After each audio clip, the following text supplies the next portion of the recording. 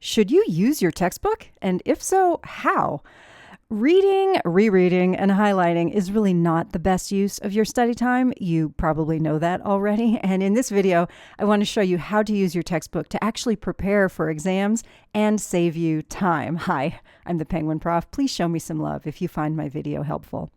Okay, so textbooks, whether they're paper or digital, they are old school, they are overwhelming, very dry, often irrelevant, and let's face it, that's why you're here watching me on YouTube.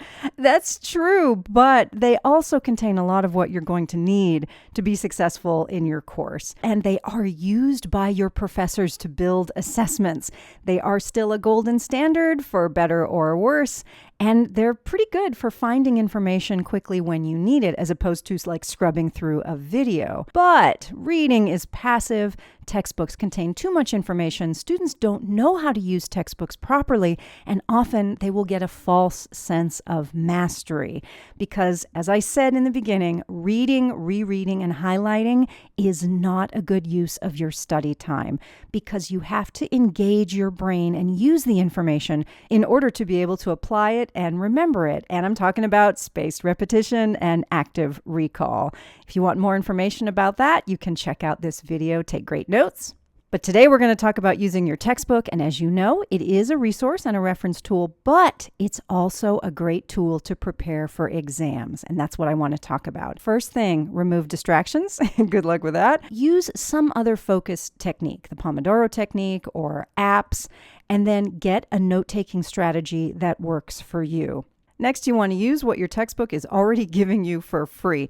Think like your professor, okay? Take a second. We have too many meetings. We are also tired and we are also overwhelmed. So when textbooks provide things like learning objectives and chapter review questions and critical thinking questions, chances are your instructors are looking at those questions and thinking, well, those are pretty good. So you should be using them too. Now, in addition to those, you want to build notes in the form of questions that you can use later for active recall. And that's what I'm going to demo next. Now, I am showing you Anatomy and Physiology, 2nd edition by OpenStax, available for free, link in the description. And this is what it looks like on the desktop. Now, you can highlight, and here's the key, use the notes feature to add trigger questions. When you save those, when you click on highlights and notes on the left, you will see that OpenStax very conveniently lists all of the notes and highlights that you've made. So what you want to do to use this is to select print and then save this as a PDF. Go ahead and save the file to your computer. And now import it into your favorite note-taking app. This is Notability. All you do is drag the PDF into your note, and you'll see it here, what it looks like on desktop. And this is great, but actually I prefer to study on a tablet. So when I open Notability on my iPad, here's the note.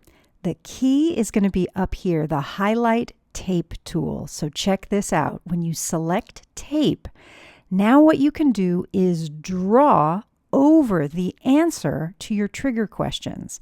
So I'm using my Apple Pencil or a finger, I don't remember, and you can just literally cover the answer and then use the questions that you wrote as your study tool for active recall. This is an absolutely brilliant feature. Notability isn't the only one to do it, but what you can do is touch to reveal or hide those answers. So you have used your textbook to create this incredible active recall tool. Now you can do the whole thing on a tablet. You can access OpenStax in a digital version. It looks a little bit different, but here you can see the lookup features. Here I'm creating a note.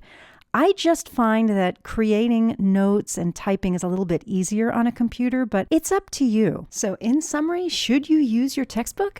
Yes, but instead of taking notes, use it to come up with questions. If you do this well, you should only need to read the text once, and then studying will involve using the notes that you've made to answer questions and engage your brain.